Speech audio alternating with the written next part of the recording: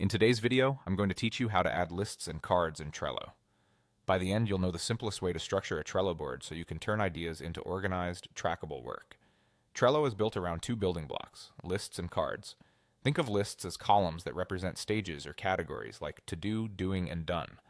Cards are the individual items that live inside those lists, such as tasks, notes, or reminders. Let's start with adding lists.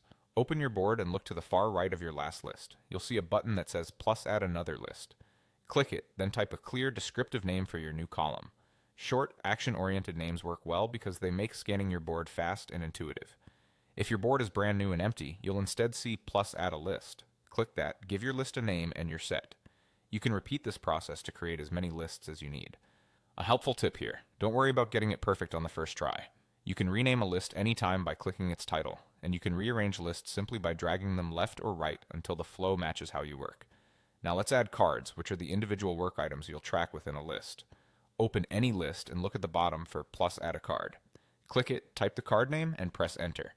That instantly creates the card.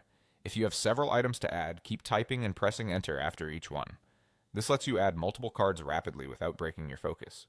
Aim for concise card names that start with a verb, like draft proposal or review design, so you can understand the task at a glance. If you add a card in the wrong place, just drag it to the correct list, or adjust its order within the list by dragging it up or down.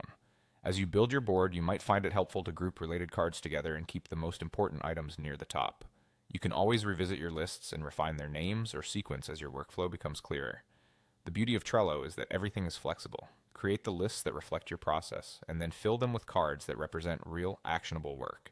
That's all you need to start organizing with confidence. Add your lists to frame the workflow, then add your cards to capture the tasks. Keep it simple, iterate as you go, and you'll have a clean, effective Trello board in minutes.